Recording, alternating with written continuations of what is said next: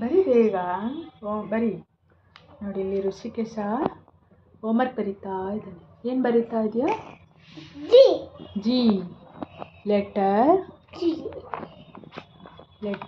G ಬರೀತಾ ಇದ್ದಾನೆ ಋಷಿಕೇಶ. ಬರ್ದಾಯ್ತಾ? ಬರೀ ಇಲ್ಲ ಅನ್ಸಲ್ಲ, ಬರ್ದಿದೆಯಲ್ಲ.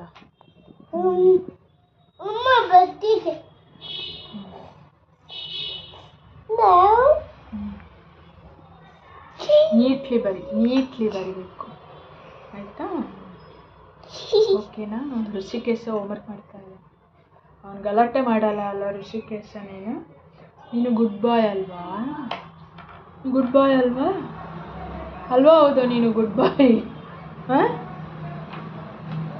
ಗುಡ್ ಬಾಯ್ ಅಲ್ವಾ? ಹೌದು ನೀನು. ಎಸ್ ಆರ್ನು? ಹಾಂ, ಅವನು ಗುಡ್ ಬಾಯ್. ಗೊತ್ತಾ ಎಷ್ಟು ನೀಟಾಗಿ ಹೋಮ್ವರ್ಕ್ ಎಲ್ಲ ಫಿನಿಶ್ ಮಾಡ್ತಾನೆ ಅಲ್ಲ ಗುಂಡ? ಮ್ಯಾಮು ಅವನಿಗೆ ಸ್ಟಾರ್ಸ್ ಎಲ್ಲ ಹಾಕ್ತಾರೆ ಅಲ್ವಾ ಋಷಿಕೇಶ? ಇವಾಗ ಋಷಿಕೇಶ ಏನೋ ಮಾತಾಡ್ತಾನೆ, ಕೇಳಿ, ನಿಮ್ಗೇನಾರು ಅರ್ಥ ಆಗುತ್ತೆ. ಋಷಿಕೇಶ ಮಾತಾಡಿ. ಏನೋ ಅವಾಗ ಹೇಳ್ತಾ ಇದೆಯಲ್ಲ, ಏನು ಹೇಳ್ತಾ ಇದ್ದೆ ನೀನು?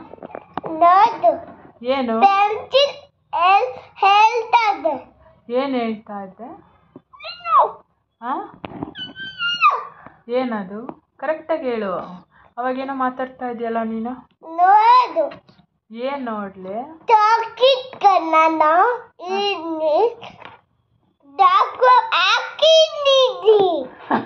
ಟಾಕಿಂಗ್ ಕನ್ನಡ.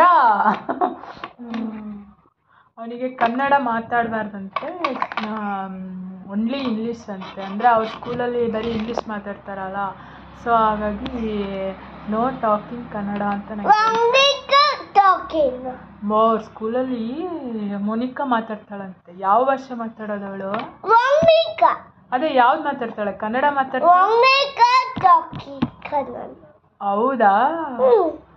ಅವಳು ಮೋನಿಕಾ ಟಾಕಿಂಗ್ ಕನ್ನಡನಾ? ಹಾಂ, ಕೈ ಬಿಡು. ಹಾಂ, ಅವಳು ಕನ್ನಡದಲ್ಲಿ ಮಾತಾಡ್ತಾಳಾ? ನೀನು ಯಾವ ಭಾಷೆಯಲ್ಲಿ ಮಾತಾಡ್ತೀಯಾ? ಯಾವುದು? ನೀನು ಹೋಮ್ವರ್ಕ್ ಮಾಡ್ತಾ ಇದೆಯಾ? ಅದು ಸರಿ, ನೀನು ಯಾವ ಭಾಷೆ ಮಾತಾಡ್ತೀಯ ಸ್ಕೂಲಲ್ಲಿ? ಹಾಂ, ಬಬಲ್ಸ್ ಬರುತ್ತಾ? ಅಲ್ಲ ಋಷಿಕೇಶ, ನೀನು ಇಂಗ್ಲೀಷ್ ಮಾತಾಡ್ತೀಯ ಕನ್ನಡ ಮಾತಾಡ್ತೀಯ ಸ್ಕೂಲಲ್ಲಿ?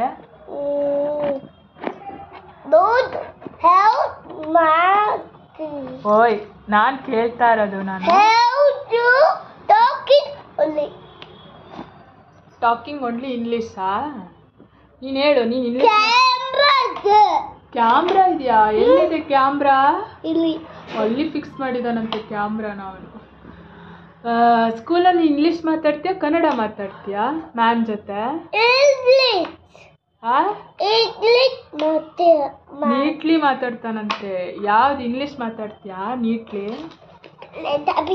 ಪಿ ಬರಿತಾ ಇದ್ದಾನಂತೆ. ನೀವು ಹೋಮ್ವರ್ಕ್ ಬರಿತಾ ಇದ್ದಾನೆ. ಫ್ರೆಂಡ್ಸ್, ಮತ್ತೆ ಹೋಮ್ವರ್ಕ್ ಮಾಡಿ ಮತ್ತೆ ಸಿಗ್ತೀನಿ. ಇಷ್ಟೊಂದು ಹೋಮ್ವರ್ಕ್ ಎಲ್ಲ ಆಯ್ತು. ಇವಾಗ ಅದೇ ಟೆರಕೋಟ ಜ್ಯುವೆಲರಿ ಮಾಡೋಣ ಅಂತ ಬಂದು ಕೂತಿದ್ದೀನಿ. ಇದು ಟೆರಕೋಟಕ್ಕೆ ಬೇಕಾಗಿರೋ ಅಂಥ ಟೂಲ್ಸ್ಗಳಿದು. ಸುಮಾರು ಟೂಲ್ಸ್ ಎಲ್ಲ ಬರುತ್ತೆ, ಬಟ್ ನಮಗೆ ಯಾವ್ದು ಬೇಕು ಅನ್ನೋದನ್ನ ನಾವು ಸೆಲೆಕ್ಟ್ ಮಾಡ್ಕೋಬೇಕು. ಇದು ರೌಂಡ್ ಶೇಪ್ ಮಾಡೋಕ್ಕೆ, ಸ್ಮಾಲ್ ರೌಂಡ್ ಶೇಪ್ ಮಾಡೋದಕ್ಕೆ. ಇದು ಬಿಗ್ ಕಟ್ಟರ್. ಇದು ಈ ಥರ ಸುಮಾರು ಬರುತ್ತೆ ಟೂಲ್ಸ್ಗಳು, ಬಟ್ ನಮಗೆ ಯಾವ ಡಿಸೈನ್ ಮಾಡ್ತೀವಿ ಆ ಥರ ನಾವು ಸೆಲೆಕ್ಟ್ ಮಾಡ್ಕೋಬೋದು. ಟೂಲ್ಸ್ ಎಲ್ಲ ಎಲ್ಲಿ ಸಿಗುತ್ತೆ ಅಂತ ನೀವು ಕೇಳಿದ್ರೆ ಕಮೆಂಟ್ ಹಾಕಿ, ಎಲ್ಲಿ ಸಿಗುತ್ತೆ ಅಂತ. ನಾನು ಎಲ್ಲಿ ತೊಗೊಂಡೆ ಅನ್ನೋದನ್ನ ನಾನು ನಿಮಗೆ ಹೇಳ್ತೀನಿ. ಸುಮಾರು ಇನ್ನೂ 2-3 ಟೂಲ್ಸ್ ತೊಗೋಬೇಕು, ಆರ್ಡ್ರ್ ಮಾಡಬೇಕು, ನಾನು ಮಾಡಿಲ್ಲ. ಇವಾಗ ಇದಕ್ಕೆ ಇದು ನಿಕ್ರಮ್ ವಯರ್ ಅಂತಾರೆ. ಇದು ನಿಕ್ರಮ್ ವಯರು. ಇದು ಏನಕ್ಕೆ ಯೂಸ್ ಆಗುತ್ತೆ ಅಂತ ನಾನು ಹೇಳ್ತೀನಿ. ಮತ್ತು ನೀವು ಏನಾದರೂ ಇದ್ರ ಬಗ್ಗೆ ತಿಳ್ಕೊಬೇಕಾದ್ರೆ ನಮ್ಮದು ಇದೇ ಟೆರಕೋಟ ಪ್ರಪಂಚ ಅಂತ ಇನ್ನೊಂದು ಚಾನಲ್ ಇದೆ, ಬೇಕಾದ್ರೆ ಅಲ್ಲಿಗೆ ಸಬ್ಸ್ಕ್ರೈಬ್ ಆಗಿ ನೋಡಿ. ನಾನು ಅದು ಟೆರಕೋಟ ಜ್ಯುವೆಲರಿ ಹೇಗೆ ಮಾಡೋದು ಅನ್ನೋದನ್ನ ನಾನು ಅಲ್ಲಿ ತೋರಿಸ್ತೀನಿ.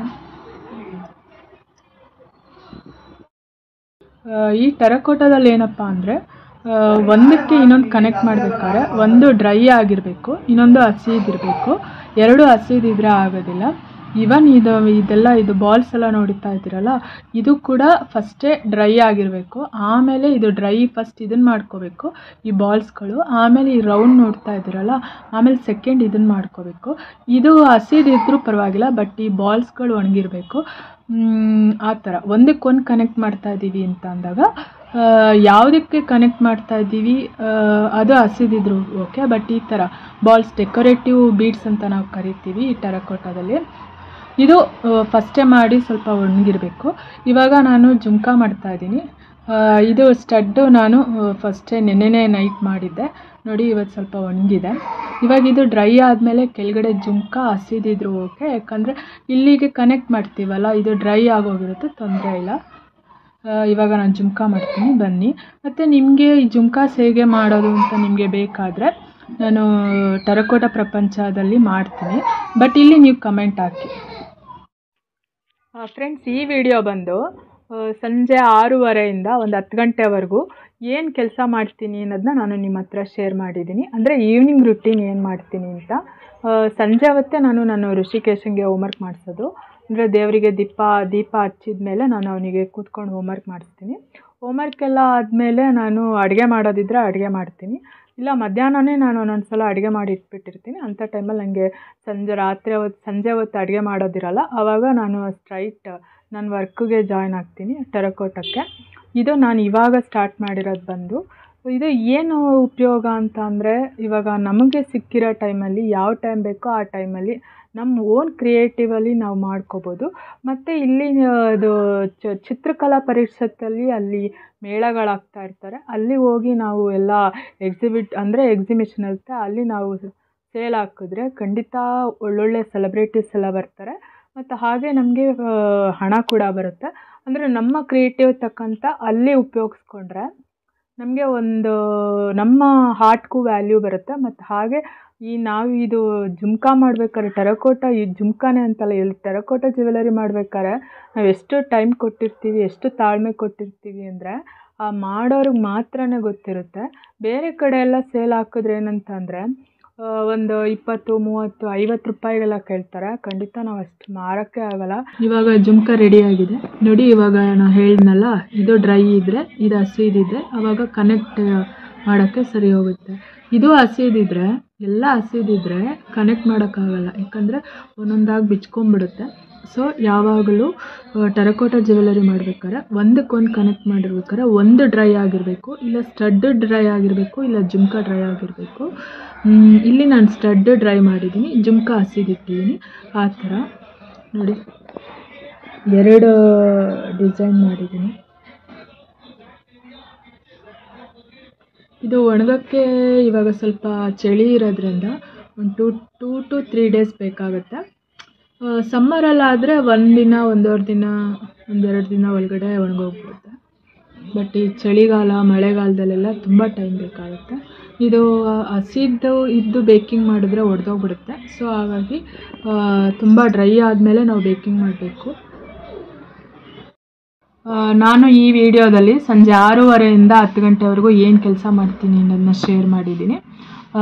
ಈ ವಿಡಿಯೋ ಇಷ್ಟ ಆದರೆ ದಯವಿಟ್ಟು ಸಬ್ಸ್ಕ್ರೈಬ್ ಆಗೋದನ್ನ ಮರಿಬೇಡಿ. ಹಾಗೆ ನಿಮ್ಮ ಈ ವಿಡಿಯೋಗೆ ಏನಾದ್ರು ಕ್ವಶನ್ಸ್ ಇದ್ದರೆ ದಯವಿಟ್ಟು ಕೇಳಿ, ನಾನು ಆನ್ಸರ್ ಮಾಡೋಕ್ಕೆ ಪ್ರಯತ್ನ ಮಾಡ್ತೀನಿ.